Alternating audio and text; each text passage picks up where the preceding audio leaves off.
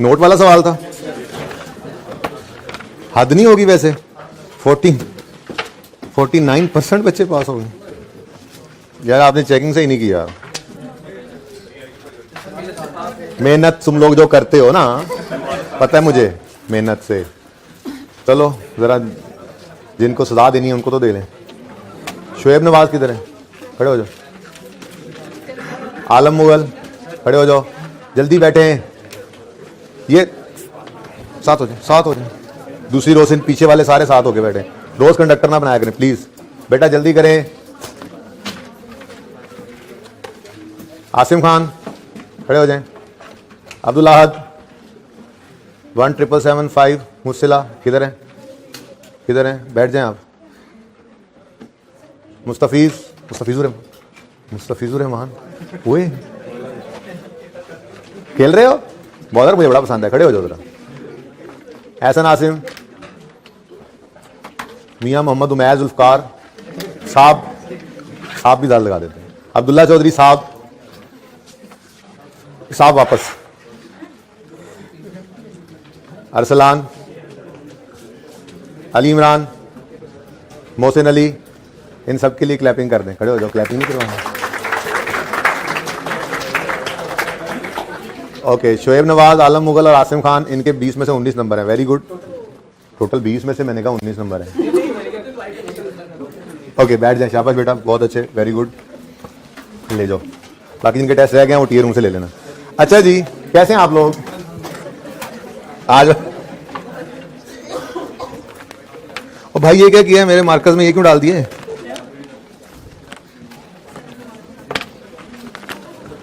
और फिर वही काम करना पड़ेगा। उधर से मेरे मार्कर्स आए हैं भाई, रूम 2 से मार्कर्स ले आए मेरे, वो वहीं रह गए हैं, इसमें रखने होते हैं। वही हैं ये, देख लो। मुझे नहीं लग रहा। ओके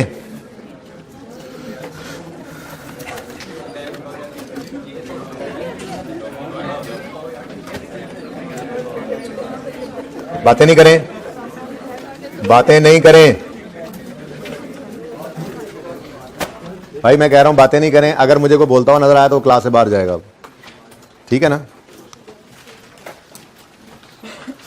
ओके पता है मुझे कि IAS 16 में अभी 2 चीजें पेंडिंग हैं, बल्कि शायद एक तीसरी भी छोटी सी चीज पेंडिंग थी, कॉस्ट डिटर्मिनेशन। करेंगे इंशाल्लाह, आज इसको कंप्लीट करते हैं। होमवर्क वाला क्वेश्चन भी देख लेंगे, हो सकता है आपको देकर फिर वापस IAS 16 पे चले जाएं, ठीक है? लेकिन इसके अंदर ना मैं सब कुछ ही आपको करना सिखा दूंगा। एग्जाम्पल वही कल वाली है, ठीक है जी? हमने IAS 36 शुरू कर दिया था, लेकिन आज फिर शुरू करते हैं। ओके समझ गए ना आप? जितनी बातें की थी वो सारी बहुत तफसील से मजीद हम करने जा रहे हैं, ठीक है? देखें, एक है डेप्रिसिएशन। डेप्रिसिएशन किस वजह से होती है? एसेट के यूज की वजह से, और हर साल उसकी एंट्री करनी होती है, ठीक है? इंपेयरमेंट भी क्या एसेट के यूज की वजह से होती है? कल मैंने मिसाल दी थी ना एक, ठीक है? इंपेयरमेंट एसेट के यूज की वजह से नहीं होती और हर साल नहीं होती। इंपेयरमेंट होती है किसी न किसी इंडिकेशन की वजह से। वो इंडिकेटर शायद मैं आज टाइम मिला तो पढ़ाऊंगा, ठीक है? नहीं तो वैसे आपको एक मिसाल दे दी, ये भी एक मिसाल इंडिकेटर में से एक इंडिकेटर बता दिया था कि हमारी डेवो बस रहीम यार खान चलती थी और वहां पे नई यूटोंग चल पड़ी। कंपेटिटर के आने से हमें ये शक पड़ गया कि हमारा जो एसेट हम सोचते थे कि भाई वो बड़ा जबरदस्त एसेट है हमारा, हम उससे अगले 3 साल मजीद 7 साल से यूज कर रहे थे ना, अगले 3 साल इससे, एग्जाम्पल इसी की बात कर रहा हूं, अगले 3 साल मजीद इससे फायदा हम उठा सकते हैं, ठीक है? तो सर ये बाद में कर लीजिएगा क्लास प्लीज, पॉज करें जरा। ओके क्या बात हो रही थी? हाँ, तो इम्पेयरमेंट जो है, ठीक है, इम्पेयरमेंट किसी एक इंडिकेशन की वजह से आई। हमने कहा जो 7 साल से एसेट इस्तेमाल कर रहे थे, अगले 3 साल इसको इस्तेमाल करके हमें इतना फायदा आएगा। अब वो नॉर्मल सर्कमस्टांसेस में हमारी ही गाड़ी रूट पे चल रही थी, हम ही थे सब कुछ, तो यूटोंग आ गई। अब हमें शक तो पड़ गया है कि अब वो वाली मौजें वेव्स नहीं रहनी, शक पड़ गया ना? इस शक को कहते हैं इंडिकेटर। क्या इंडिकेटर हो सकता है? Asset may have been impaired. Impair कब हो जाता है एसेट? जब हमारी किताबों में जितने पर वो नजर आ रहा है ना, उसकी औकात उससे भी नीचे चली जाए। अब ये बात सही नहीं है कि आपकी किताबों में एक एसेट जो है वो 30 रुपए का नजर आ रहा है, ठीक है, और दरअसल उसकी मैक्सिमम औकात जो है मिसाल के तौर पे 20 रुपए है, तो ये तो आप यूजर को मिसगाइड कर रहे हो कि नहीं? आप यूजर को तो सही इंफॉर्मेशन दे ही नहीं रहे। आपका एक एसेट है, वो मैंने कहा एसेट दो तरह के फायदे दे सकता है आपको, या आज बेच दो या 3 साल इस्तेमाल करके उससे फायदा लो। इसमें से भी हाईएस्ट जो था ऑप्शन वो हमने पकड़ा। तो ये वही बात होगी ना, एसेट से आने वाला मैक्सिमम फायदा क्या है, ठीक है, वो रिकवरेबल अमाउंट कल कही थी, सारा काम दोबारा करते हैं। मकसद कहने का यह है कि एसेट की मैक्सिमम औकात हमने निकाली। अब अगर वो उसकी जो औकात थी वो हमारी बुक्स में आने वाली वैल्यू से भी कम है, तो इसका मतलब यह है कि एसेट की इतनी वैल्यू है ही नहीं जितनी हम किताबों में दिखा रहे हैं। देखो ना, ये इंपेयरमेंट इंडिकेटर आने पर यह मसला हुआ ना। कैश फ्लोज भी तो कम हुए होंगे जो फ्यूचर के हम निकाल रहे थे, ठीक है, बात समझ रहे हो ना। नई गाड़ी के आने की वजह से ये मसला हुआ ना। अगर वो ना आती तो हो सकता है किराए ही किराए होते, ज्यादा सारे कैश फ्लोज होते और हमारी एसेट की औकात बहुत होती। थोड़ी बहुत बात समझे हो, ठीक है। अच्छा, अब मैंने आपको कल ये कहा था कि हम जिस दिन इंपेयरमेंट टेस्ट से एसेट को गुजारने लगते हैं उस दिन हमें 3 वैल्यूज चाहिए होती हैं। कितनी? 3 वैल्यूज। पहली अपनी बुक वैल्यू, इस दिन हमारी किताबों में एसेट कितने पे नजर आ रहा है। फिर इस दिन की fair value less cost to sell, कि अगर आज बेच दें तो नेट में कितने पैसे मिलेंगे, ठीक है। और तीसरी थी value in use. Value in use क्या थी जी? अगर एसेट को इस्तेमाल करते रहें तो जितनी जिंदगी उसकी बाकी है उसमें कितने कैश फ्लोज आएंगे, उनको नेट करके उनको भी लेके आए थे आज की वैल्यू पे। इंपेयरमेंट के दिन पे हमने 3 चीजें निकालनी थी, ठीक है ना। तो ये क्वेश्चन एग्जांपल जो है हमारी, ये हम दोबारा करते हैं। तो मैंने आपको कहा था जी स्टेप 1 में हम क्या किया करेंगे, सबसे पहले हम बुक वैल्यू कैलकुलेट किया करेंगे, ठीक है जी। और बुक वैल्यू किस दिन कैलकुलेट करेंगे? ये सवाल है थोड़ा सा, इसकी अंग्रेजी कम थी, अभी आपको अगला मैं सवाल पढ़ाता हूं, उसके अंदर आपको नजर आएगा अंग्रेजी, एम्पल अंग्रेजी होगी, आपको सारी बातें पता लगेंगी, ठीक है ना। तो इसमें मुझे आपको बताना पड़ा, कॉस्ट 1 जनवरी 11 को ये एसेट खरीदा था, ठीक है, कॉस्ट इसकी थी 100, यूजफुल लाइफ 10 साल थी। और यहां पे एक लाइन में डाल देनी चाहिए थी कि ऑन 31 दिसंबर 17, बार मैं बोल रहा हूं ना, डल गई लाइन, ठीक है, on 31 December 17 Yutong came, so we have to test our asset for impairment, ठीक है। In this respect following data is available. ये कहानी है असल में, बात समझ गए हो कि यहां पे एक लाइन होनी चाहिए थी यहां पे, ठीक है ना। इसके बाद और फिर बताया जा रहा होता कि जी fair value less cost to sell ये है, और अगर यूज करें तो, बात समझे हो, ये कहानी समझ आई है, ठीक है। यानी कि यूं होना चाहिए था, ये पॉइंट 2 अलग होता, ये पॉइंट 3 होता, और यहां पे एक लाइन लिखी होती जो मैंने क्या कहा, on 31 December 17 a competitor came, ठीक है, so we have to, it is an indicator of impairment, so we have to test our asset for impairment. हमें इंपेयरमेंट टेस्ट लगाना है 31 दिसंबर। एग्जांपल पूरी हो गई, खोलने से हो गई ना, ठीक है। अच्छा चलो, अब 31 दिसंबर 17 पे हम खड़े हैं, जिस दिन कंपेटिटर आया 31 दिसंबर 17 पे हमें बुक वैल्यू चाहिए, 31 दिसंबर 17 पे हमें fair value less cost sell चाहिए, और 31 दिसंबर 17 पर ही सारे कैश फ्लोज की वैल्यू चाहिए। तो फ्यूचर में पड़े होंगे तो उनको खींच के लाएंगे 31 दिसंबर 17 पे, तो लाइक विद लाइक का कंपैरिजन करेंगे, ठीक है। तो बुक वैल्यू भी किस दिन की चाहिए हमें? 31 दिसंबर 17। उसके बाद यार जाओ, हायर बाद में लिखेंगे जी। उसके बाद हमें fair value less cost to sell, ये भी किस दिन की चाहिए? 31 दिसंबर 17 की, ठीक है।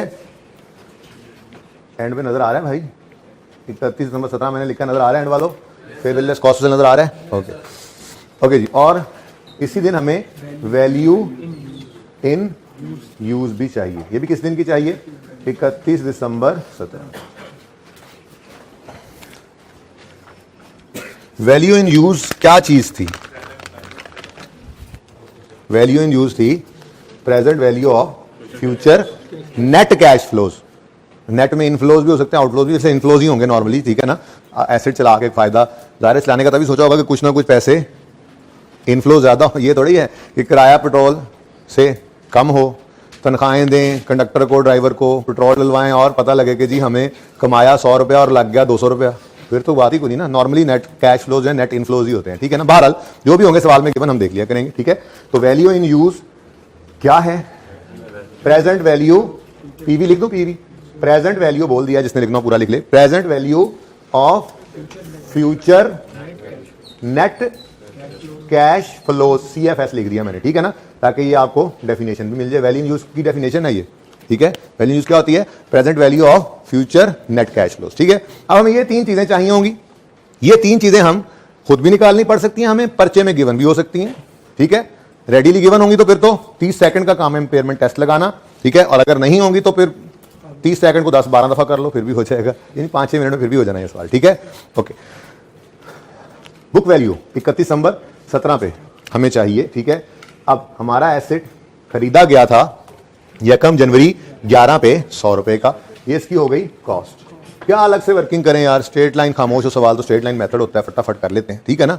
ऐसे खाम खामे थोड़ी वर्किंग 1 वर्किंग 2 वर्किंग 7600 वर्किंग्स की हुई हैं, जब छोटी सी वर्किंग इधर ही कर दो, टाइम बचाओ, ठीक है। कॉस्ट में से अक्यूमुलेटेड ऑप्शन माइनस करेंगे तो बुक वैल्यू आ जाएगी। अच्छा, कॉस्ट में से कब तक की अकोमोडेशन माइनस करनी है, 31 दिसंबर 17 तक, ठीक है। अब हमने एसेट खरीदा था 1 जनवरी 11 को, यूजफुल लाइफ थी उसकी 10 साल, तो 100/10 अगर रेजल्ट वैल्यू होती तो माइनस करते उसको, ठीक है ना। 100/10 10 रुपए 1 साल की डेप्रिसिएशन हो गई, ठीक है। अब 11, 12, 13, 14, 15, 16, 17 के भी एंड तक लाना है इसको, ठीक है ना। 31 दिसंबर 17 तक कितने साल चल गया, 7, तो फिर डेप्रिसिएशन कितनी बनेगी 70, तो बुक वैल्यू कितनी बनेगी 30। अब ये काम यहां पे कर लेना है, कॉस्ट में से माइनस करना है एक्यूमुलेटेड। अब एक्यूमुलेशन निकालनी है तो 1 साल की डेप्रिसिएशन निकालो, depreciation of 1 year into life past detail 31 December 17, ठीक है। इसका आंसर आएगा 70। एक्यूमुलेशन कितनी आएगी 70, 100 में से 70 माइनस होगा तो बाकी 30, ये आ गई हमारे पास बुक वैल्यू। अच्छा, ये रुपीज में मैंने लिखा हुआ सवाल एग्जांपल दिया क्लास में, जैसे बन रही 100 रुपया 200 रुपये ऐसे, ठीक है ना। वरना रुपीज इन मिलियन होता तो यहाँ पे लिख देते, 1000 होता तो यहाँ पे लिख देते, ठीक है ना। आपने नहीं पसंद आ रहा 30 तो आप मिलियन जेन में बना लोगे, 30 मिलियन है, ओके। अच्छा, यहाँ तक कोई मसला नहीं। Next step, fair value less cost to sell चाहिए 31 दिसंबर 17 की, और वैल्यू इन यूज भी चाहिए 31 दिसंबर 17 की। अब fair value less cost to sell यहीं ब्रैकेट में कर लेते हैं, मुश्किल काम ही नहीं है। देखो, फेयर वैल्यू 31 दिसंबर 17 की गिवन है 35 रुपए, कॉस्ट बताया था कल। फेयर वैल्यू मतलब पैसे कितने मिलने हैं, और वो पैसे लेने के लिए कुछ खर्चा करना पड़ जाए तो हम तो ये देखेंगे ना नेट में जेब में कितने आए, ठीक है। तो फेयर वैल्यू 31 दिसंबर 17 की 35, लेकिन ये फेयर वैल्यू लेने के लिए वो कमीशन दे दिया किसी सेलमैन को, या जाने का किराया दे दिया मंडी तक, भैंस को लेके गए थे, ठीक है। भैंस को लेके गए थे, बस को लेके गए थे, दोनों को लेके गए थे, ठीक है। अच्छा जी, बस में भैंस ले गए थे, ओके। तो fair value less cost to sell 35 minus 7, fair value 35 minus 7 cost to sell 28 is the fair value less cost to sell. Okay, अब वैल्यू इन यूज जो है इसके लिए हम एक छोटी सी वर्किंग कर लिया करेंगे, ठीक है। इस वर्किंग के कई तरीके हैं, ठीक है ना। तो मैं सारी फिलहाल कर देता हूं, पहली दफा कर रहे हैं ना काम, ठीक है। हम चले आ रहे थे पता नहीं 1 जनवरी 11 से, उसको छोड़ो, जो गुजर गया वो गुजर गया। हम इस वक्त खड़े हैं 31 दिसंबर 17 पे, कंसर्न इस दिन है हमें, ठीक है। इसी दिन की हमने बुक वैल्यू निकाली है, ऐसे ही है 31 दिसंबर 17। इसी दिन हमने फेयर वैल्यू भी ली है, ठीक है। लेकिन जो इस एसेट ने अब दूसरा किस्म का, एक तो है आज ही बिक के फायदा दे दे fair value less cost sell, दूसरा फायदा इस्तेमाल करके उससे पैसे कमाएं। अब वो इस्तेमाल करके पैसे को इकट्ठे आज तो नहीं मिल जाने, ठीक है। वो तो इस्तेमाल होगा ओवर द ईयर्स, तो पैसे भी ओवर द ईयर्स आएंगे। अब इसकी लाइफ कितनी बाकी है, 3 साल इसकी जिंदगी बाकी है। तो ये टाइम लाइन पर्चे में नहीं बनाया करेंगे, हमें वैसे ही पता चल जाया करेगा, एक्सपर्ट हो जाएंगे ना इंशाल्लाह तब तक, ओके। अब सवाल की तरफ आते हैं। वो कहता है expected cash flows in next 3 years are as follows. अगर इस्तेमाल करेंगे तो कैश फ्लोज आएंगे ना, ठीक है। क्या है जी, एनुअल किराया इनफ्लोज, ठीक है 8 रुपए, और एनुअल तनख्वाह पेट्रोल वगैरह के खर्चे आउटफ्लोज 2 रुपए। तो नेट में इनफ्लो बन रहा है 6। अच्छा, सवाल खामोश हो तो हमेशा ही अज्यूम क्या करते हैं, या बड़े होकर BFD में पढ़ेंगे, अगर सवाल खामोश हो तो हम कैश फ्लो को ईयर एंड पे अज्यूम करते हैं, ठीक है ना। और सारे साल आते रहोगा किराया, रोज रोज रोज रोज आता है, रोज रोज ले नहीं ना सकते, फिर कैलकुलेशन हमें साल के एंड पे अज्यूम करना पड़ता है, ठीक है। तो साल के एंड पे यहां पर पहले साल के एंड पे क्या रिसीव होगा, 8 रुपए का इनफ्लो होगा, 2 का आउटफ्लो होगा, नेट में 6 का इनफ्लो हो जाएगा, ठीक है। फिर इस साल के एंड पे फिर से 8 का इनफ्लो होगा, 2 का आउटफ्लो, नेट में 6 रुपए का इनफ्लो। तीसरे साल के एंड पे भी 8 का इनफ्लो, 2 का आउटफ्लो और 6 रुपए नेट में इनफ्लो आ रहे। ये 3 तो होने ही हैं। अगली बात, जाहिर है जब 3 साल बाद एसेट को अब हम डिस्पोज करेंगे तो कोई ना कोई पैसे तो उस वक्त भी मिल जाएंगे, ठीक है। माना आज बेचने के मिल रहे हैं हमें इसके 35 रुपए, 7 कॉस्ट टू सेल। 3 साल इस्तेमाल कर लेंगे तो 35 तो नहीं मिलेगा, लेकिन कुछ ना कुछ तो मिलेगा ही। तो ये sale proceeds at end of year 3, ये भी हमारे लिए रेलेवेंट डिसीजन मेकिंग में, ये कैश फ्लो भी रेलेवेंट है, ठीक है। तो ईयर एंड के ईयर 3 के एंड पे हमें इसको बेच के 11 मिलेंगे और उस दिन बेचने की कॉस्ट टू सेल क्या होगी, 3 रुपए। तो यहां पर एक और कैश फ्लो आएगा 11, ठीक है। अब ये सिचुएशन है, ठीक है, कि हमारे पास कैश फ्लोज हैं 6 के इक्वल 3 और 1 8। अब कोई 31 दिसंबर 18 पे आ रहा है, कोई 31 दिसंबर 19 पे आ रहा है, कोई 31 दिसंबर 20 पे आ रहा है, ठीक है। अब हम ये करें कि 6 इंटू 3 18 जमा 8 24, ये कैश फ्लो हम लेके डिसीजन मेकिंग कर लें तो गलती है ना। फिर अगर हम ये कैश फ्लो ले लेंगे तो ये तो लाइक विद लाइक का कंपैरिजन ही नहीं है। बुक वैल्यू इस दिन पे पड़ी है, fair value less cost sell इस दिन पे पड़ी है, तो ये कैश फ्लोज की वैल्यू जो 31 दिसंबर 20 पे ये 6 है, ये आज का 6 तो नहीं है, 19 वाला ये आज का 6 तो नहीं है, ठीक है। तो डिस्काउंटिंग आपने AFC में सीखी होगी, ठीक है ना। तो उसी की रिवीजन करेंगे जाहिर है करवानी पड़ेगी, ओके। FAR 2 में जाके फिर करनी पड़ेगी आपको, लीज में जाके, तो बहरहाल लेकिन AFC में पढ़ाई इसीलिए जाती है कि ध्यान से पढ़ लो, ठीक है ना, ओके। अब हमने क्या करना है जी, हमने इस 6 को भी इधर बुलाना है, इस 6 को भी इधर बुलाना है, इस 6 को भी इधर ही बुलाना है, सारे यहाँ आ गए तो ये रोने लग जाएगा, इसको भी उठा के इधर ही लेना है। तो ये चारों कैश फ्लोज ने 1 जनवरी 18 या 31 दिसंबर 17 पे आना है, एक ही बात होती है, ठीक है। अब 2 फॉर्मूलाज थे, अगर आपको याद हो कुछ, एक होता था सिंपल डिस्काउंटिंग का फॉर्मूला,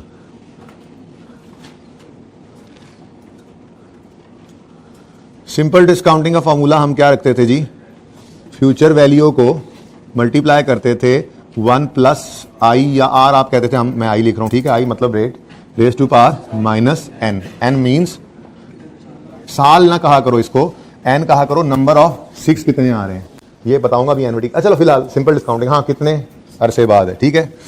फिर भी आप यही देखा करो कि ये कितने साल, अगर रेट एनुअल है तो कितने साल दूर पड़ा है। अगर रेट कभी खुदा ना खास्ता सेमी एनुअल आ जाए इंस्टॉलमेंट मतलब कैश फ्लो, तो फिर बल्कि नहीं आएगा, ठीक है, चलने दो, ओके। ये क्या हो गई जी, सिंपल डिस्काउंटिंग। पहले ये यूज करके प्रेजेंट वैल्यू निकाल लेते हैं, ठीक है। वर्किंग 1 कहा था, चलो यहाँ पे वर्किंग 1 कर लेते हैं। वर्किंग 1 क्या निकालने लगे हैं जी हम, वैल्यू इन यूज, यानी present value of future net cash flows, ठीक है। इस 6 को हमने बुलाना है इधर, हमने कहना है 6 आ जाओ इधर। रेट कितना सवाल में गिवन था, रेट 10% था, ठीक है। बात ही निकल के और तरह से लिखी, अच्छा भला हम पेमेंट समझ रहे थे, बीच में ये डिस्काउंटिंग आ गई, चलो कोई बात नहीं। 10% है तो 1 प्लस 10% 1.1 हो सकता है, रेज टू पावर, ये कितने साल वापस बुलाना है, 1 साल, ठीक है। प्लस ये 6 इसको बुलाएंगे तो जरा जोर की आवाज देनी पड़ेगी क्योंकि ये 2 साल दूर पड़ा है, ठीक है। इसको बुलाना पड़ा तो बंदा भेजना पड़ेगा क्योंकि ये 3 साल दूर पड़ा है।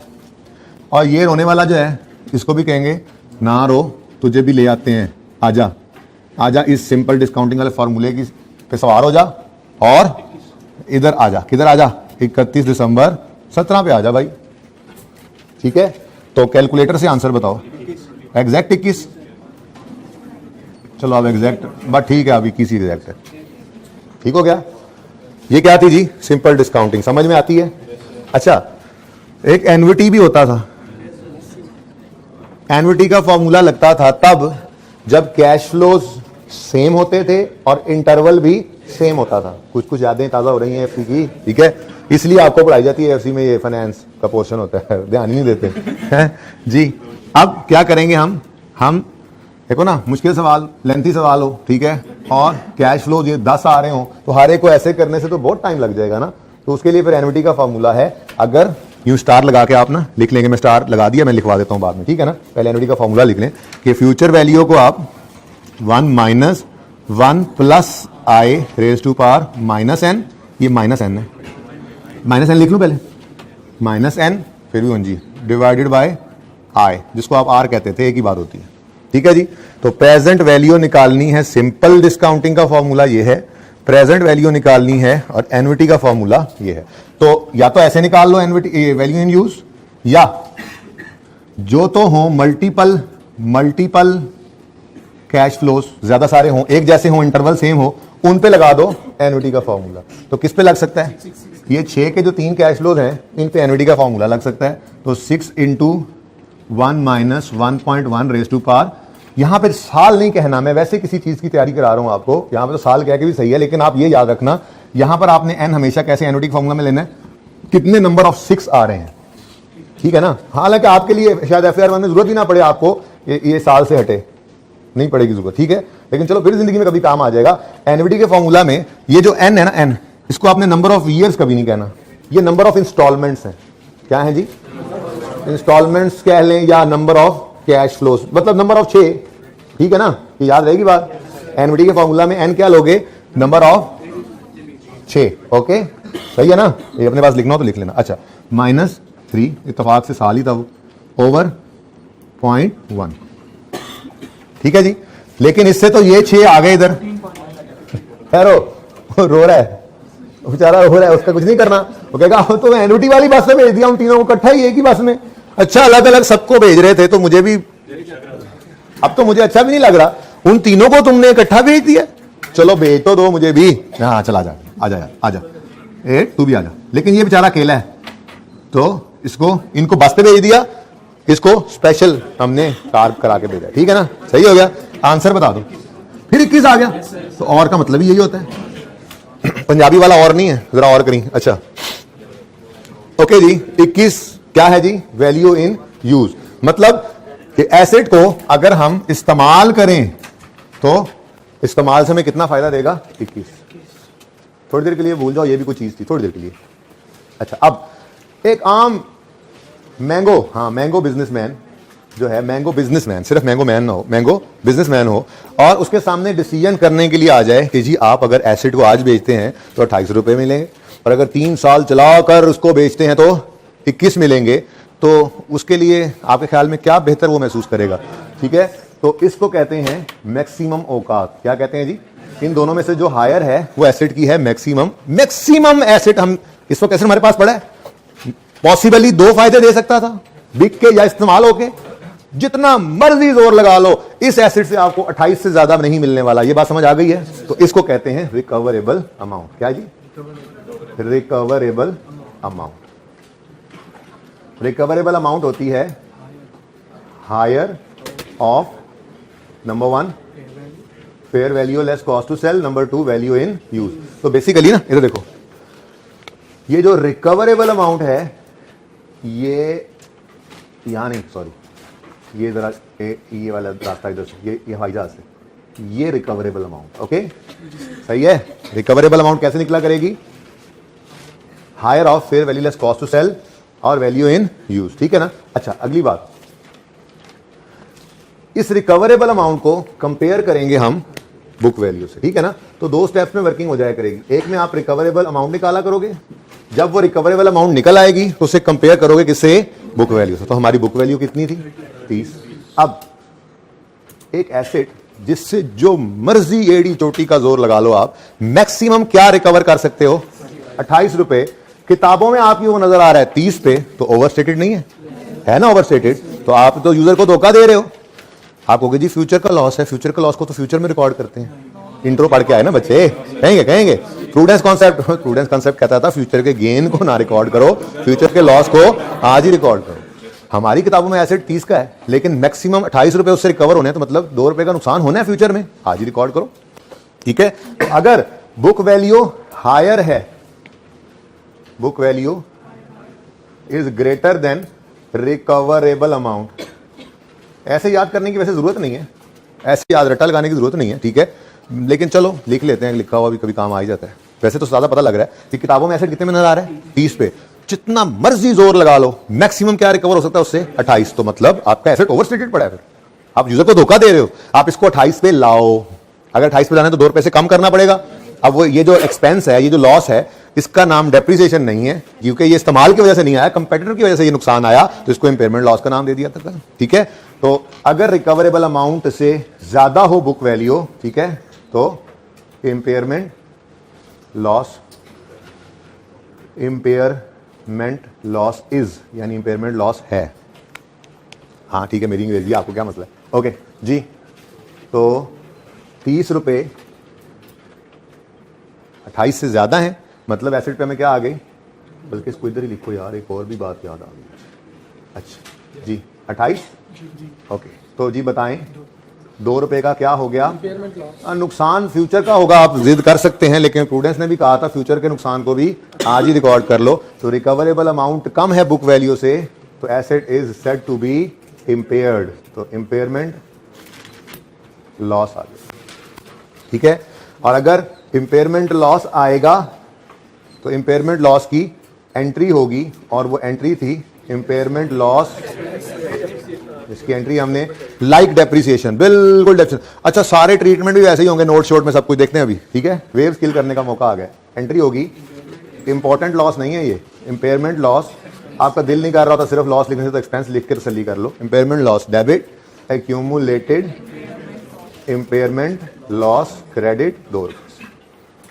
हमारे सवाल में ये एंट्री होगी। ठीक है, यहां तक को मसला।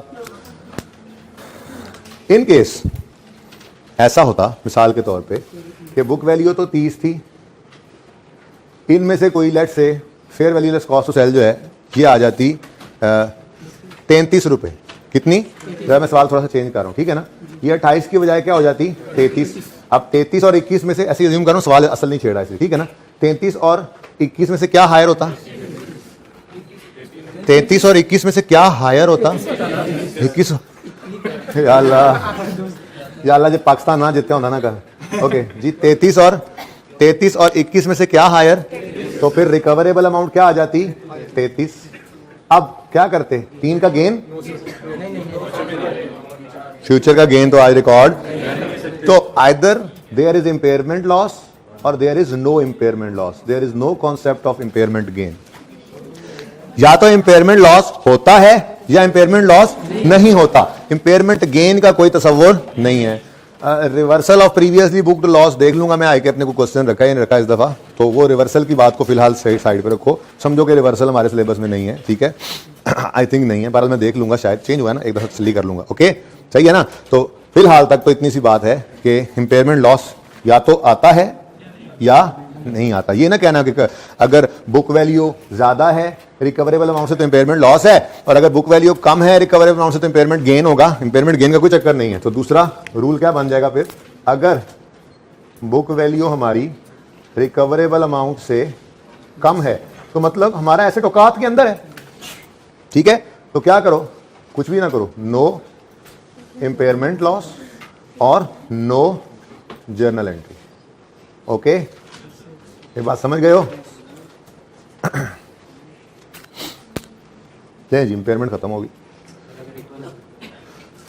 तब भी नहीं है भाई इंपेयर, तब भी औकात में ही है। ₹0 की एंट्री कर लेना। किसने पूछा इक्वल? हाँ भाई, 0 की एंट्री कर लेना, ठीक। कमाल करते हो यार। यार मैं तुम्हें पसंद ही नहीं आ रहा यार, ऐसे ना करो यार। तो तस्वीर में लेना नहीं चाहते यार, बस ठीक है यार। जल्दी से नोट करो, फिर नोट, जल्दी से नोट करो फिर नोट करें, नोट बनाएं इसका।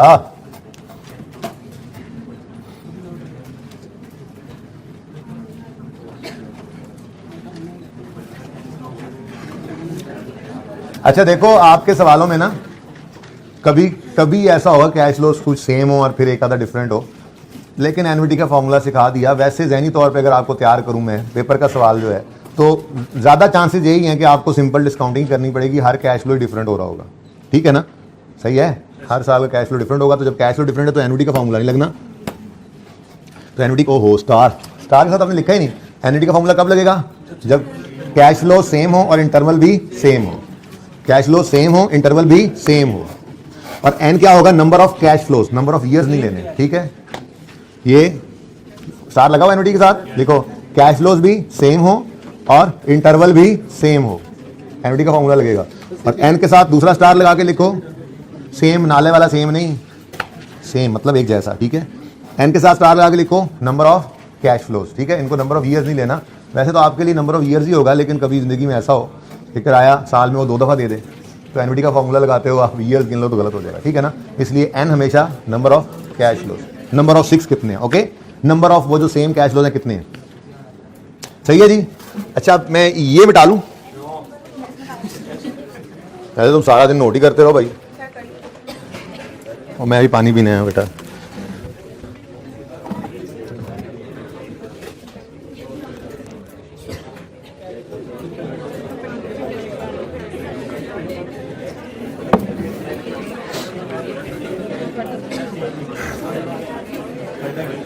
इस तरह किधर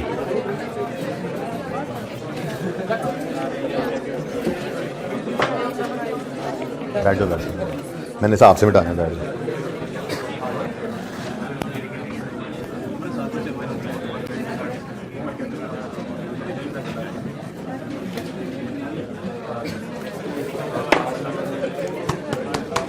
प्लीज, कंपनी एक्स, नाम नहीं पता, notes to the financial statements 17 का ही बनाएंगे फॉर द ईयर 31 दिसंबर। एक और काम भी सीखेंगे, 18 के साल की डेप्शन कैलकुलेट करना भी सीखते हैं इसकी, ठीक है ना। उसमें भी like change in estimate, like revaluation, यहाँ पे भी थोड़ा सा चेंज आना है, ठीक है ना। अच्छा चलो फिलहाल 17 का, भूलो क्या कह रहा हूँ, सॉरी 17 ही लिख लो, फिर मैं 18 कर दूंगा। अच्छा तो 2017 का नोट बनने जा रहा है, ठीक है। ये 31 दिसंबर 2017 है, ऐसा ही है। और नोट का नाम पीपीई, कोई नंबर 13 ही लो, एक लफ्ज़ ना लिखूँ मैं नहीं लिखता 13, मैं 9 लिखूँगा। ओके जी। प्रॉपर्टी प्लांट एंड इक्विपमेंट पूरा लिखना परिचय में।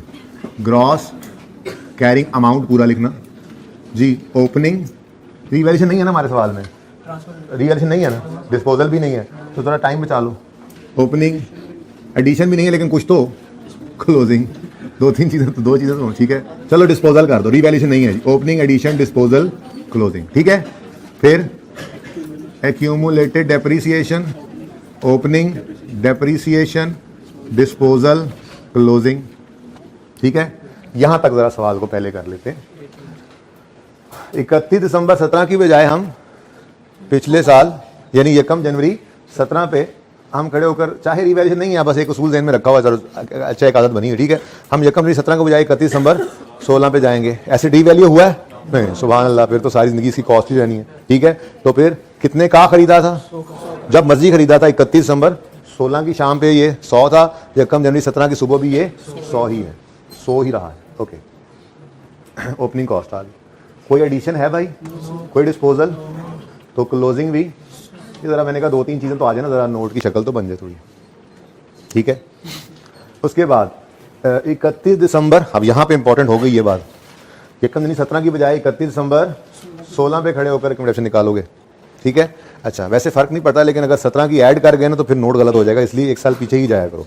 तो 31 दिसंबर 16 की शाम को खड़े होकर एक्यूमुलेटेड डेप्शन निकालनी है। अब 1 जनवरी 11 कोई एसेट हमने खरीदा था, ठीक है। 11, 12, 13, 14, 15, 16, कितने साल, 6। 7 वाले तुम्हारा नोट गलत हो जाता है, नहीं जिसने 7 बोला, जिसने भी 7 बोला है यहाँ से उसका नोट गलत हो जाता है, ठीक है। क्योंकि 31 दिसंबर 16 का क्लोजिंग, 1 जनवरी 17 का ओपनिंग बनाना है, फिर वो मजीद इस साल की डेप्शन ऐड होकर 70 बनना है।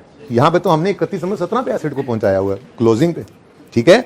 अच्छा तो बहरहाल 31 दिसंबर 16 पे खड़े होकर आपने एक्यूमुलेशन निकाली, तो वो कितनी निकली, ये 60। कैसे निकला है, इधर देखो, ये कहीं पे ना ऐसे साइड पे वर्किंग सी कर दो, यहाँ कर लेते हैं, छोटी सी वर्किंग है यहाँ पे, वर्किंग्स में ए यूजर हमने एग्जामिनर को बता दिया क्या जी, 100 डिवाइडेड बाय 10 इंटू 6, बस इक्वल टू भी नहीं लिखना, इक्वल टू 60 है जो सही, ये टाइम बच सकता है, लिखना चाहो तो लिख लो, ठीक है। लेकिन ये वर्किंग शो कर दी, ठीक है, सही है। उसके बाद इस साल का डेफिनेट एक्सपेंस कितना है, 10। ये भी यूजर, ये तो आसान सवाल है ना, मुश्किल के लिए तैयारी कर रहे हैं, तो यहाँ पे एग्जामिनर को बता दो ये बी हमने निकाला है, स्ट्रेट लाइन मेथड था, 100/10, इक्वल टू 10 लिखने की जरूरत नहीं, वो लिखा पड़ा उधर, ठीक हो गया। कोई डिस्पोजल नहीं है, क्लोजिंग 70 आ गया, ठीक है। लेकिन एक नया मसला हो गया, अब यहाँ पर एसेट की बुक वैल्यू निकालें तो वो 30 आती है, जबकि एसेट अब 30 पे नहीं छोड़ा हमने, हम तो कह रहे हैं इसको 28 पे लाओ। किस पे लाओ, 28 पे लाओ।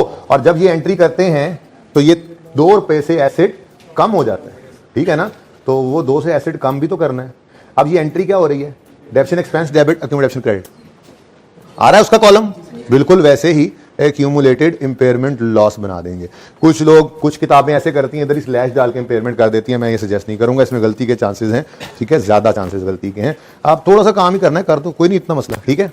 आप जस्ट क्या करो, यहाँ पर लिखो एक्यूमुलेटेड डेप्शन नहीं बेटा, एक्यूमुलेटेड इंपेयरमेंट लॉस, और उसी तरह से ओपनिंग, इम्पेयरमेंट, लॉस, बस डिस्पोजल कोई नहीं इसका होता, ठीक है ना इसका रिवर्सल होता है ना आपके सिलेबस में फिलहाल। ओके, क्लोजिंग बस। अब मुझे बताओ, हम इधर देखो ना, ये 31 दिसंबर 17 पे तो खड़े हैं ही नहीं, हम तो ये ओपनिंग निकालने के लिए जाते हैं 31 दिसंबर 16 पे, ठीक है। तो 31 दिसंबर 16 पे कितना इंपेयरमेंट लॉस एक्यूमुलेटेड था? अगर पहले कभी इंपेयरमेंट हुई होती तो पड़ा होता, सारी जिंदगी पड़ा रहेगा, ठीक है।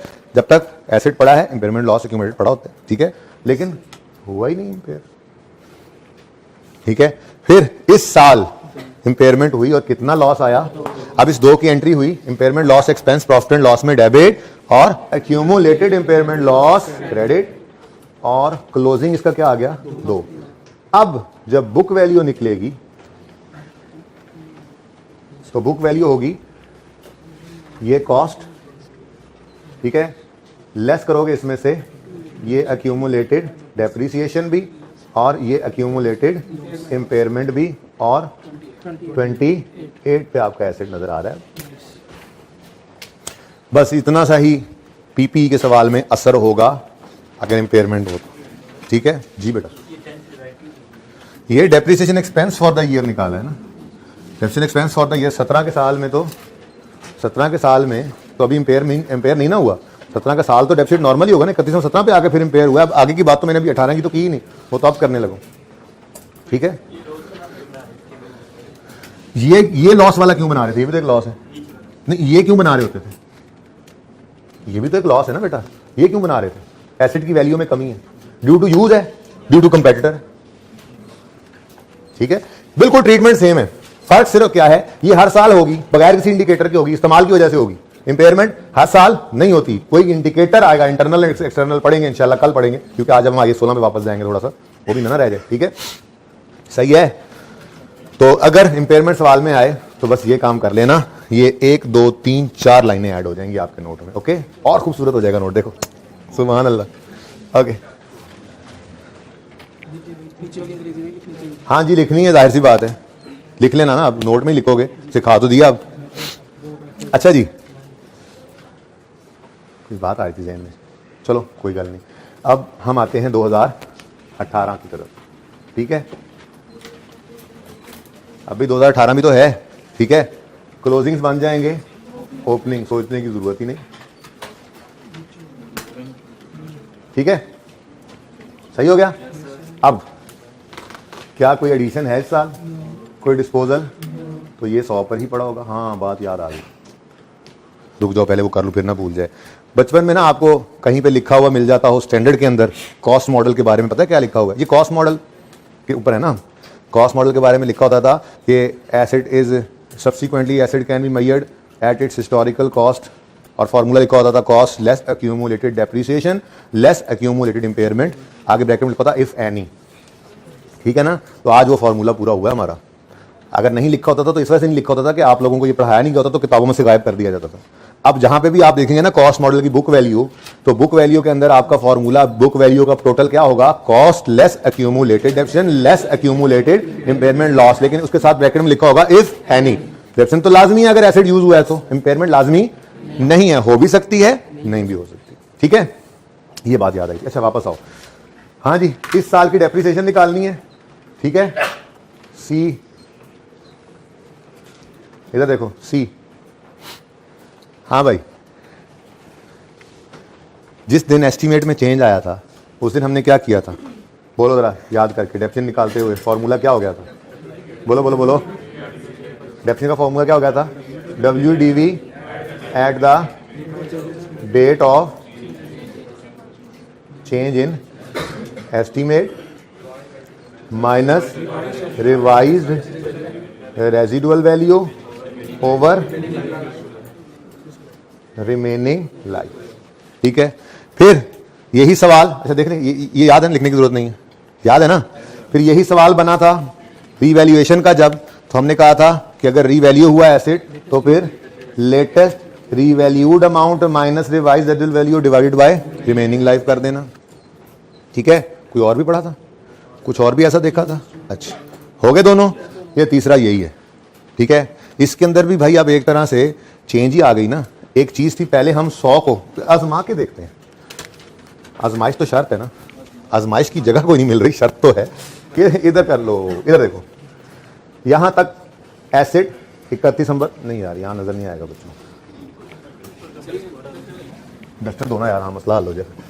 ओके इधर देखो, ये चलते चलते चलते चलते एसेट यहां पर आया हुआ है 31 दिसंबर 17 पे। अब जैसे चल रहा था एसेट, हर साल कितना कितना डेप्रिशिएट हो रहा था, 10-10, ठीक है। यहां तक 10-10 होते होते 70 हो चुका था, 10-10 मैनू 10, 100 रुपये डेप्रिशिएट हो जाता, ठीक है। अब हुआ क्या, अगर आप गौर करो तो 30 रुपए का तो एसेट रहा ही नहीं अब रिमेनिंग लाइफ में, वो कितना रह गया 28। अगर आप वही डेप्रिसिएशन का फॉर्मूला चलाई गए तो फिर तो ये 30 रुपए डेप्रिशिएट हो जाएगा, तो नेगेटिव एसेट बन जाएगा। एसेट पड़ा ही कितने का अब 28 का, बात समझे हो। इसका मतलब अब आप ये डेप्रिसिएशन नहीं ले सकते, अब आपको फॉर्मूला चेंज करना पड़ेगा, ठीक है। अब यहां पे क्या ले लेंगे आप, यहां पर मिटा लेते हैं जरा, WDV at the rate of change in estimate नहीं लेनी, रीवैल्यूड अमाउंट नहीं लेनी, वो तो दूसरे से, ठीक है। यहां पे एसेट हुआ है इंपेयर, एसेट की बुक वैल्यू थी 30, इंपेयर होके हो गई 28, तो इसको कहा जाता है रिवाइज्ड बुक वैल्यू, ठीक है। या यूं कह लो बुक वैल्यू आफ्टर इंपेयरमेंट। क्या चीज जी, बुक वैल्यू आफ्टर, मैं लिखूंगा रिवाइज बुक वैल्यू लिख, चलो WDV after impairment, after impairment loss, क्योंकि अगर लॉस ना आए तो फिर तो एसेट अपनी जगह पे रहता है ना, सही है। अब ये फॉर्मूला बन गया डेप्रिसिएशन का, ठीक है। तो ये देखो सी में हम वर्किंग करने आए थे, हाँ भाई किसको किसको 28 को, रेजल्ट वैल्यू कोई नहीं है, कोई नहीं है। रिमेनिंग लाइफ कितनी है 3, 9.3 करोगे तो 3 साल में ये 28 डेप्रिशिएट होगा। ये बात समझ गए, किसको ये बात समझ नहीं आई, खबरदार किसी ने हाथ खड़ा किया, समझ आ गई भाई सबको, अच्छा मजाक से हटके समझ आ गई, मुश्किल बात थी जरा। ये क्या होता है,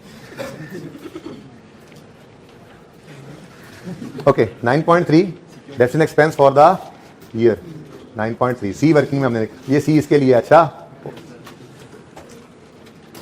ओके। उसके बाद कोई डिस्पोजल नहीं है, क्लोजिंग हो गया 79.3, कोई इंपेयरमेंट लॉस इस दफा नहीं आया तो ये 2 ही रहेगा।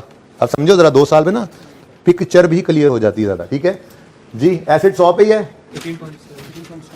इसमें से माइनस होगा 79.3 और फिर माइनस करोगे 18.7 इसकी बुक वैल्यू है, तो भाई 18.7।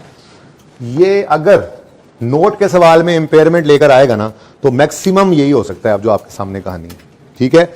एक साल में इंपेयर हो और अगले साल में डेप्रिसिएशन आए, अब वो भी पता, ठीक है। बाकी ये जितनी कॉम्प्लेक्स होती जाए, सॉरी वो वैल्यू इन यूज की कैलकुलेशन हो सकती है कॉम्प्लेक्स, कुछ चीजों में परेशान कर सकता है, fair value less cost to sell में कुछ 3-4 चीजें दे दे, ठीक है ना। तो अब 2 चीजें मेन हैं जो थ्योरेटिकली हम डिस्कस करेंगे और उनकी प्रैक्टिकल इंप्लीकेशन बहुत ज्यादा है। एक चीज होगी, सुन लो, आज करनी नहीं लेकिन सुन तो लो, एक चीज होगी कि फेयर वैल्यू तो फेयर वैल्यू ही होती है, कॉस्ट टू सेल में कौन कौन सी चीजें आ सकती हैं। अब सवाल क्या करेगा, सवाल फेयर वैल्यू देगा और कॉस्ट टू सेल में 3-4 चीजें दे देगा, 2 गलत होंगी 2 सही होंगी, सही वाली निकाल के लिखनी पड़ेगी, समझे। ऐसे ही ये देखना, एक बात ये हम सीखेंगे। दूसरी बात, वैल्यू इन यूज में फ्यूचर कैश फ्लो लेते हैं, इनफ्लोज और आउटफ्लोज, बोलो कौन से कैश फ्लो लेने हैं कौन से नहीं लेने। सवाल के अंदर देगा 20 कैश फ्लोज लेने होंगे, 13-14 कैश फ्लोज जिनको इग्नोर करना है उनको इग्नोर करना आता हो, ये 2 चीजें सिर्फ रह गई हैं कॉन्सेप्चुअली इसके अंदर, और स्टैंडर्ड इतना सही था बस जी, 36 है इतना सही, लेकिन अभी इसके ऊपर हम इंडिकेटर से बात करेंगे और थोड़ा ये जो चीजें छोटी मोटी ये भी निकल जाए, ठीक है, बात समझ आई है। लेकिन नोट के अंदर इसकी इंप्लीकेशन मैक्सिमम इतनी ही है, और नोट का सवाल आए तो नॉर्मली इंपेयरमेंट में बहुत नहीं उलझाता, अभी तक नहीं उलझाया, अभी तक वो क्या करता है IAS 23 को ज्यादा इन्वॉल्व कर रहा है। लेकिन आप खुद सोचो कि एक अच्छे लेवल का सवाल इंपेयरमेंट का भी बना सकता है, वो बहुत ज्यादा डिटेल से इंपेयरमेंट का काम करवा ले, इंपेयरमेंट टेस्ट लगाने के लिए वैल्यू इन यूज नॉर्मली करता नहीं है ऐसे, लेकिन कर भी तो सकता है, तो वो उसकी तैयारी भी हम कर लेंगे, ठीक है ना। तो नोट की इंप्लीकेशन आपने देख ली, ले रहा है ये बात। अच्छा, अब आपका होमवर्क में जो सवाल है इसमें हमने क्या किया जी, impairment loss if any, yes था, हमने कैलकुलेट किया, बोलो इंपेयरमेंट लॉस कैलकुलेट किया हमने, पीपी का नोट बनाया 17 का, आगे हमने 18 का भी बना लिया, और 18 की डेप्रिसिएशन कैलकुलेट की है, वो भी हमने कर लिया ना भाई।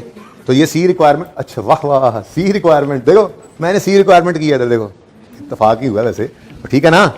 सी रिक्वायरमेंट क्या थी, डेप्रिसिएशन निकालनी है 18 की, लेकिन मैंने कहा बस 18 की डेप्रिसिएशन ही तो थी 18 में, तो अगले साल का नोट भी बना के देख लो भाई, सही है। अच्छा आज वाले सवाल का देखें, होमवर्क वाले को। डेवो आ गई, Daewoo bus has 2 buses, following information is available for the purpose of impairment testing. The remaining useful life of both buses is expected to be 3 years standing on 31 December 12। The fair values and WDVs of buses on 31 December 12 were as follows. हर चीज तो given है, ये cost, ये तो आ गई ना, remaining life उसने बता दी, भी खुद निकाल के दे दी उसने, ठीक है। कॉस्ट, एक्यूमुलेशन, बुक वैल्यू, सब गिवन है, सब गिवन है सवाल में, ठीक है। सिर्फ ये काम दोबारा करना है कि ये 3 स्टेप्स आपको आते हो। बुक वैल्यू निकालेंगे, फिर रिकवरेबल अमाउंट निकालने के लिए 2 चीजें निकालेंगे, फिर less cost of value in use, उनमें से जो हायर होगा वो रिकवरेबल अमाउंट। अब रिकवरेबल अमाउंट को बुक वैल्यू से कंपेयर करोगे, अगर बुक वैल्यू कम है तो मतलब आप सही हो, औकात में है, और अगर ज्यादा एसेट ज्यादा नजर आ रहा है, उसकी औकात ही कम है, मैक्सिमम रिकवरी ही उससे कम आ रही है, तो यूजर को धोखा मत दो, अपने एसेट को नीचे ले आओ, ठीक है। यानी एसेट ऊपर की तरफ नहीं जा सकता, रिकवरेबल अमाउंट अगर ज्यादा है तो फिर एसेट ऊपर ले जाना पड़ेगा ना, तो बोलो वो नहीं करना हमने, एसेट नीचे तो आ सकता है, ऊपर नहीं जा सकता, सही है, ओके। अच्छा, उसके बाद ये 31 दिसंबर 12 पे बुक वैल्यू आ गई, और 31 दिसंबर 12 पे fair value less cost to sell, इसका नाम मुश्किल वाला स्टैंडर्ड जो यूज करता है, इंक्रीमेंटल सेलिंग कॉस्ट। ये ऐसे ही है जैसे एक शेर है, क्या मतलब, शेर वो नहीं धाड़ने वाला, ठीक है, शेर सुनाने वाला, क्या ये डिस्पोजल ना होता तो ये कॉस्ट भी ना होती। इंक्रीमेंटल सेलिंग कॉस्ट का मतलब क्या है, अगर ये डिस्पोजल ना होता तो ये कॉस्ट भी ना होती, या यूं कहें शेयर बनाना है तो ये कॉस्ट ना होती अगर डिस्पोजल ना होता, इसलिए इसको कहते हैं इंक्रीमेंटल सेलिंग कॉस्ट इस डिस्पोजल की। अच्छा एनीवेज आगे बढ़ो, आगे कहता है expected cash flows from each bus in next 3 साल्स are as follows. Annual inflows, किरायाज फ्रॉम पैसेंजर्स डिफरेंट है, इसलिए अब एनुअटी नहीं लग सकता। एनुअल आउटफ्लोज, तनख्वाहें वगैरह, पेट्रोल वगैरह, टोल टैक्सेस वगैरह डिफरेंट है, ठीक है। Cell proceed eight the end of year 3, बस 1 बस 2 अलग अलग है ना, ठीक है। Disposal cost at the end of year 3, और वो भी हमारे पास आ गई, डिस्पोजल कॉस्ट वही selling cost, cost to sell, ठीक है, समझ रहे हो। आगे रिक्वायरमेंट जरा पढ़ लें। Compute impairment if any on each बस एज ऑन 31 दिसंबर 12। तो नोट शोट ना बनाना, ठीक है, और बस 31 दिसंबर 12 पे ये वर्किंग आपने करनी है। थोड़ा होमवर्क ये वाला रख लेते हैं ना, दूसरा काम ये भी करना है, ठीक है, समझ आई बात की। अच्छा अभी तो देखो ये पॉइंट 4 को समझ लो, करना क्या है जी, इसमें सिर्फ इंपेयरमेंट लॉस निकालना है, यानी कि वो जो हमने सबसे पहला काम सीखा, उसके बाद कोई नोट शोट नहीं बनाना आपने, अगले साल की कोई डेप्शन नहीं निकालनी, ठीक है। सवाल मुकम्मल नहीं है, फिर वैसे चीजें जो है ना वो समझना है आपको, शायद कोई चीज रह गई हो, ठीक है ना, मुझे पता नहीं है, मैंने उस हिसाब से देखा नहीं, ये ना कोई चीज मिसिंग हो, आप परेशान हो, ये तो हो नहीं रहा, ठीक है, तो बस इंपेयरमेंट लॉस निकालना। अच्छा अगली बात, पूरे सवाल के अंदर आपको पॉइंट 4 में मसला आएगा। पॉइंट 4 क्या है, प्रेजेंट वैल्यू फैक्टर। हाँ अच्छा AFC में पढ़ के आए हैं बच्चे, चलो आप पढ़ने तो दो। प्री टैक्स पोस्ट टैक्स पहले बता देता हूँ, लेकिन वो पहले ये पढ़ लो। Present value factor based on a discount factor of 10% for year 1, 2 and 3 is 0.909, 0.826 and 0.751। ये क्या है, 10% लगाओ ना अगर, तो ये जो हमने किया था ना, ओहो हमने क्या किया था, हमने इधर से कैश फ्लो को बुलाया था, भाई आ जाओ, हमने कहा था 1.1 रेज टू पावर -1 से मल्टीप्लाई करो इसको। फिर जब इसको लाए थे हमने कहा था भाई आ जाओ, और इसको -2 किया था।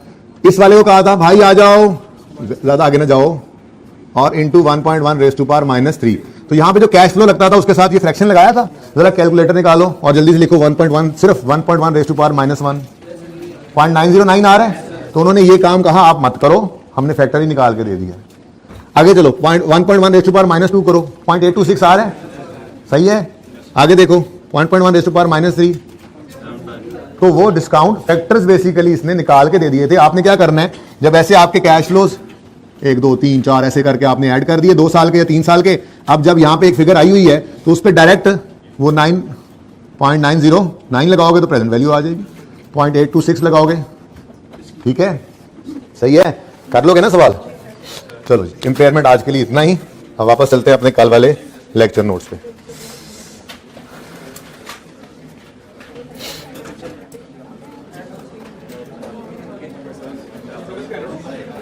हाँ ये अभी बना नहीं है कंप्लीट।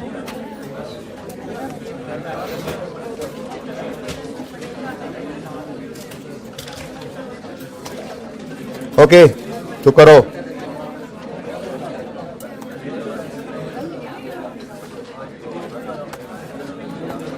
ओके हमारा प्लीज फेवरेट हैंड आउट निकल आया जी। मुबारक हो आप लोगों को, एक बार फिर आपकी खिदमत में हैंड आउट पेश किया जाता है। इसमें अभी दो मेन काम रहते हैं, एक एंशिएंट वाटर और दूसरा, मैंने एग्जांपल का नाम बोला, एंशिएंट वाटर कॉन्सेप्ट नहीं है। एक एंशिएंट वाटर वाली एग्जांपल है और दूसरी रोड इंटरनेशनल वाली। अच्छा रोड इंटरनेशनल वाली एग्जांपल ना जरा ज्यादा आसान है, मुझे ज्यादा पसंद है। एंशिएंट वाटर वाली एग्जांपल तो पहले आज वो कर लेते हैं, रोड इंटरनेशनल कल कर लेंगे, ठीक है? तैयार हैं? कहाँ तैयार हैं? आपके दोस्त ने ये मिटाया तो है नहीं अभी तक। एक मिनट बैठ कर, कोई नोट तो नहीं कर रहा? किसी ने फोटो बनाना है? मिटा दे भाई। ओके एक मिनट बैठ जाए, शक्लें बना रहे हैं। हाँ क्या निकला है वैसे?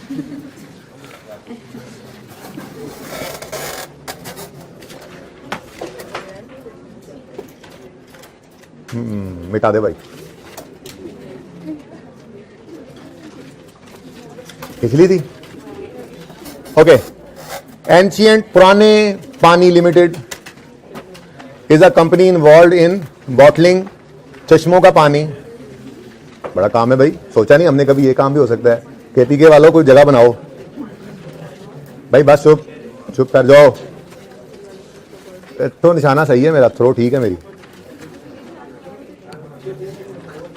चौका ना हो जाए इसलिए नहीं मार रहा। ओके चल जल्दी आ जा यार, बैठ जा भाई। देखो बस करो अब। हाँ जी, ancient water limited company involve in bottling spring water. चश्मों का पानी लेते हैं, उनको बोतलों में भरते हैं और बेचते हैं, ये उनका काम है, ठीक है? The company purchased a bottling plant on 2 January X2। अब वो जाहिर सी बात है, उन्होंने खुद ये काम ऑटोमेशन वाला काम करते हैं, ठीक है? उन्होंने प्लांट, एक पौधा नहीं दूसरा प्लांट खरीदा है, बॉटलिंग प्लांट, ठीक है? जो बोतलों में पानी भर भर के पैक करेगा और ये बेचेंगे। तो फिर ये इनका एसेट है ना, बोलो फिक्स एसेट है, पीपीई है। IS 16 ही पढ़ रहे थे ना? हाँ ये उसी में ही है। अच्छा फिर जनाब इतनी जल्दी आ जाते हैं क्वालिटी इंश्योरेंस वाले, तो बैठ जाइए यार, सीट दे दो इसको, आप आगे आ जाओ। अच्छा जी, the plant is made up of 3 significant components, the cost of which is as follows. हाँ भाई वो मिसाल दीजिए ना हवाई जहाज की, बोलो हवाई जहाज है, उसकी बॉडी की लाइफ 10 साल है मिसाल के तौर पे, सीटों की 5 साल है, इंजन की 2 साल है। लेकिन ये तीनों ऐसे एलिमेंट्स हैं पूरी कॉस्ट के कि जो पूरी कॉस्ट का सिग्निफिकेंट पोर्शन रखते हैं। लाइफ भी अलग है, मिसाल के तौर पे 100 रुपए का जहाज, ठीक है? उसमें से बॉडी की, हंस क्यों रहे हो यार? 100 रुपए का, 100 मिलियन का कर लो, ठीक है? अच्छा 100 रुपए का यार, तुम्हारी बात नहीं हो रही, वो वाला जहाज नहीं कह रहा मैं। तो तुम सभी यार 16 हो। एरोप्लेन्स, वो तो तुम लोगों को तो एरोप्लेन्स कहता हूं ना, जहाज, ये जहाज है उड़ने वाला। ओके अच्छा तुम भी उड़ते हो? अच्छा सुनो सुनो सुनो, हवाई जहाज की कीमत है टोटल 100 रुपए, इसमें से उसकी बॉडी की कीमत थी 50 रुपए, इंजन की कीमत थी 30 रुपए, सीटों की कीमत थी 20 रुपए। अब 100 में से ये सिग्निफिकेंट पोर्शंस हैं, लाइफ अलग अलग है तो डेप्रिशिएट भी अलग अलग करेंगे, ठीक है? अगली बात इसको भी पढ़ के देखते हैं। वो कहता है जी plant is made up of 3 significant components. क्या चीज? प्लांट में एक इंजन है, दूसरा कन्वेयर बेल्ट एंड फिटिंग है, और तीसरा अदर स्ट्रक्चर है। दिमाग के अंदर हवाई जहाज, उसकी सीटें और इंजन ही रख लो, 3 पार्ट्स थे बस, इसका नाम ही बदल गया ना, ठीक है? हाँ जी, कॉस्ट है इंजन की 1500, रेजुअल वैल्यू है 500, यूजफुल लाइफ है 5 साल। कन्वेयर बेल्ट की कॉस्ट है 2000, 1000 में बोल रहा हूं, रेजुअल वैल्यू नील है और लाइफ है 8 साल। अदर स्ट्रक्चर की कॉस्ट है 800, रेजुअल वैल्यू 50 और अच्छा अब ये तो हो गई वो तीनों कंपोनेंट्स की मेन कॉस्ट, ठीक है? अगली बात सुनो, 6 मिनट मैंने और पढ़ाना है, फिर क्लास के 5 मिनट रहते होंगे और 5 मिनट अगले जो रोज लेता हूं वो वाले। 10 मिनट यहां से कोई एक बच्चा भी नहीं हिलेगा, वो फीडबैक लेने आए हैं, पहले भी सुबह वाली क्लास में मैंने नहीं लेने दिया, तो फिर ये मुझे नाराज होते हैं मुझसे क्वालिटी इंश्योरेंस वाले। वो मौका है यार, मौका है आपके पास मौका है आपके पास, आप जो, ठीक है ना? अच्छा धोखा दोगे? अच्छा धोखा नहीं देना। अच्छा सुनो सुन लो यार, अब ये 6 मिनट जाते रहेंगे ऐसे खिल में। टोटल ये तो हमने खरीदा वो प्लांट जिसके 3 हिस्से थे, उन्होंने अलग अलग कॉस्ट इसकी बता दी। अब कुछ अदर कॉस्ट भी होती हैं। और भाई प्लांट है वो ट्रक पे लेके आए, जैसे ही उतार के रखा ग्रर करके चलने लग गया, ऐसा थोड़ी होता है। और यार प्लांट है, प्लांट ये पौधे वाला प्लांट भी हो तो लगाना पड़ता है, ये तो प्रोडक्शन प्लांट है, साइट प्रिपेयर होगी, इंस्टॉलेशन होगी और पता नहीं क्या कुछ होगा, अभी तो याद होगा इंटो में पड़ा हुआ, टेस्ट रन होगा, गिर करके चेक करेंगे, ठीक है। तो सारी directly attributable cost acid cost में ऐड होती है। डायरेक्टली एट्रीब्यूटेबल कॉस्ट कौन सी कॉस्ट होती थी? वो जरूरी खर्चे, यार आपने पढ़ने के पैसे दिए या पढ़ाने के, तो मुझे बोलने दो ना। वो सारी कॉस्ट जो एसेट को मैनेजमेंट की इंटेंडेड कंडीशन और लोकेशन में लाने तक खर्च होंगे, वो सारे जरूरी खर्चे हैं। मिसाल देता हूं, आपने 2 एसी खरीदे, आपका एक दफ्तर है, 10 मंजिला दफ्तर है, आप कोई उसके अंदर काम कर रहे हैं, ठीक है। अब एक एसी आपने, एसी दोनों आप खरीद के लाए हैं जनाब 90 हज़ार के, ठीक है। एक एसी आपने ग्राउंड फ्लोर पे लगाया, एक एसी आपने लगाना है 10वें फ्लोर पे, लिफ्ट नहीं है आपके प्लाजे में। अब एक एसी मजदूर ने ऊपर ले जाने का आपसे 2000 ले लिया मिसाल के तौर पे, ठीक है। तो अब एसी तो सेम है, लेकिन आपकी किताबों में वो सेम एसी सेम जगह से खरीदा हुआ, सेम दिन खरीदा हुआ, एक एसी आ रहा होगा 90,000 पे, दूसरा आ रहा होगा 92,000 पे। क्यों? क्योंकि मैनेजमेंट की इंटेंडेड लोकेशन क्या थी दूसरे एसी के लिए? 10वां फ्लोर, तो वो जरूरी खर्चा था 2000, पहले के लिए वो जरूरी नहीं था। तो एक एसिड की कॉस्ट भी डिफरेंट हो सकती है, ध्यान में रहेगी ये बात। तो ये वो अदर कॉस्ट की बात कर रहा है। मसलन कहता है जी other cost incurred in relation to bottling plant are as follows, delivery and installation 783 add होगी नहीं? जरूरी खर्चा है, जरूरी। Staff training never ever, never ever, पक्का असूल ज़हन में रख लो।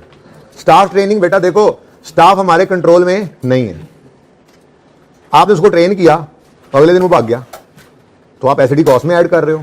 तो स्टैंडर्ड्स कहते हैं जो मर्जी, IAS 16 भी कह रहा है, आगे जाके पढ़ोगे IAS 38 भी यही कहेगा, ठीक है। और जो भी स्टैंडर्ड ये कॉस्ट एसिड की बना रहे होते हैं वो कहते हैं स्टाफ ट्रेनिंग को मत कॉस्ट बनाना। एडवर्टाइजमेंट करेंगे अगले IAS 38 जब पढ़ेंगे FR2 में जाके, एडवर्टाइजमेंट के बारे में IAS 38 कहता है इसको भी कभी ना कॉस्ट बनाओ। क्यों? एसिड ना बनाओ। क्यों? हम कस्टमर को कंट्रोल नहीं कर सकते।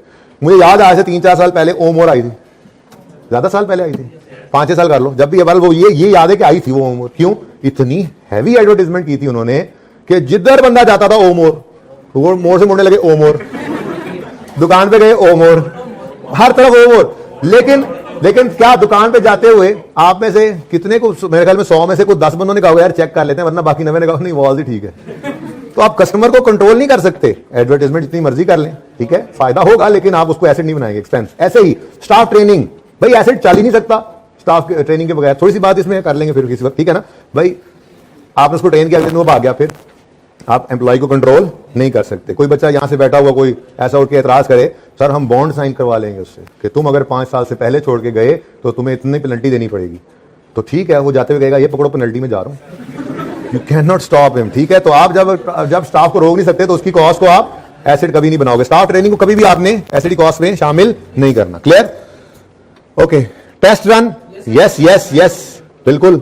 लॉन्च पार्टी, प्लांट चल गया बेहतरीन, अब आपने एक ओपनिंग सेरेमनी रखी, लोगों का कहा आइए और मुफ्त में खाना खाइए, ठीक है, और साथ में ये बोतलें भी मुफ्त में मिलेंगी आपको इस दफा, अगली बार पैसों की मिलेंगी, ठीक है। आपने जो खाना शाना अरेंज किया एसिड कॉस्ट में ऐड नहीं कर देना, ठीक है। ये क्या है? एक्सपेंस है, एडवर्टाइजमेंट है, समझो।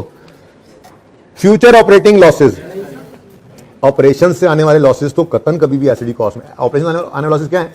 आपने नए अभी लॉन्च किया अपनी बोतलों को, अभी आपके खर्चे ज्यादा हैं, लेकिन बोतलें अभी इतनी बिकी नहीं फिलहाल। शुरू में आप हो, इनिशियली आप ऑपरेट करना शुरू किया तो लॉस आ गया, यानी आपने सेल की मिसाल के तौर पे 100 रुपए की और आपकी कॉस्ट ऑफ सेल ही बन गई थी या बाकी एक्सपेंसेस डाल के आपको लॉस आ गया। इनिशियली आपने ऑपरेट किया तो आपको क्या आ गया? लॉस। एसिड का कसूर है? बोलो, क्या एसिड को काबिल इस्तेमाल हालत में लाने के लिए इनिशियल ऑपरेटिंग लॉस करवाना जरूरी था? तो इनिशियल ऑपरेटिंग लॉसेज भी एसिड कॉस्ट में कभी ऐड नहीं करने। तो फिर पहले 3 की एंट्री होगी एसिड डेबिट कैश क्रेडिट, और अगले 2 की एंट्री होगी launch sorry delivery and installation की एंट्री होगी acid debit cash credit, staff training की एंट्री होगी एक्सपेंस डेबिट कैश क्रेडिट, फिर टेस्ट रन की एंट्री होगी एसिड डेबिट कैश, यानी एसिड कॉस्ट में ऐड हो रहे हैं, फिर लॉन्च पार्टी और फ्यूचर ऑपरेटिंग लॉसेस, ये एक्सपेंस है, ये एसिड कॉस्ट में शामिल। Next other information. अच्छा, अब एक मसला होगा, डिलीवरी एंड इंस्टॉलेशन उन्होंने ये नहीं बताया कि डिलीवरी तो इंस्टॉलेशन डिलीवरी तो कट्ठी बता दी उन्होंने, कंपोनेंट्स 3 है। अब या तो सवाल बेसिस बताएगा, अगर सवाल बेसिस ना बताए तो हम इक्वली बांट देंगे, ठीक है ना। 783 को डिवाइड बाय 3 करेंगे और हर एक की कॉस्ट, क्योंकि भाई तीनों की इंस्टॉलेशन कॉस्ट पड़नी चाहिए ना, डिलीवरी तीनों की ही, वो तीनों ही अब ट्रॉले पे आए थे, तीनों को किराया पड़ना चाहिए, एक पार्ट को क्यों डालें, समझ रहे हो बात। तो देख लेते हैं। The plant was available for use in production on यकम February, all the production began on यकम मार्च। इंट्रो का कॉन्सेप्ट, अवेलेबल फॉर यूज कब था प्लांट, यकम फरवरी को। आपकी सुस्ती है, यकम मार्च को आपने उसको शुरू किया इस्तेमाल करना, आप यकम फरवरी से कर देते तो यकम फरवरी से डेप्रिसिएशन स्टार्ट होगी, ठीक है। एसेट अवेलेबल फॉर यूज हो गया तो डेप्रिसिएशन स्टार्ट कर दो। Plant was temporarily idle during October, किस वजह से, छुट्टियों की वजह से। ये भी इंट्रो का कॉन्सेप्ट है। अगर एसेट किसी वजह से, इंट्रो कॉन्सेप्ट क्या है कि बता तो रहा हूं, परेशान ना हुआ करो, बता भी तो रहा हूं साथ, उधर भी ऐसे ही बताया जाता है। अगर एसेट किसी वजह से आइडल पड़ा हुआ, स्ट्राइक कर दी मजदूरों ने, हड़ताल हो गई, हालात खराब हो गए, रॉ मटेरियल नहीं मिल रहा, किसी वजह से भी प्लांट आपका बंद रहा है, जितना अरसा बंद रहा है उसकी डेप्रिसिएशन बंद नहीं होगी, एसेट वैल्यू लूज करता रहेगा, चाहे बंद कर दो, ठीक है। तो ये महीने की डेप्रिसिएशन नहीं रोकनी। कंपनी यूजेस सीधी लकीर वाला मेथड। ऑल, अच्छा बता दिया उसने, all other cost are considered to be incurred evenly between the, शुक्र है, यानी कि हम उसको डिवाइड बाय 3 करके ऐड कर देंगे। रिक्वायरमेंट है, show all related journal entries relating to bottling plant, expense वाली एंट्रीज ना करना, सिर्फ बॉटलिंग प्लांट से रिलेटेड एंट्रीज कर देना 2002 और 2003 की।